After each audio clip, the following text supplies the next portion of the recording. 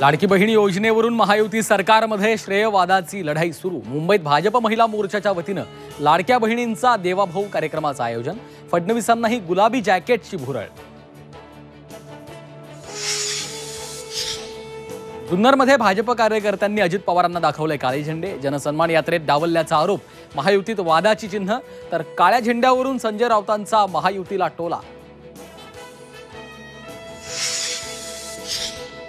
खासदार विशाल पाटलांचा शिवसेना शिंदे गटाच्या सुहास बाबरांना उघड पाठिंबा।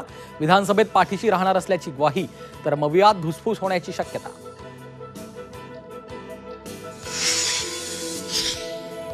शरद पवारांना सोडून अजित पवारांसोबत नाइलाजानं गेलो, या राजेंद्र शिंगणेंच्या वक्तव्यावर अजित पवार गटाची प्रतिक्रिया। शिंगणे अजित पवारांची साथ सोडणार नसल्याचा दावा।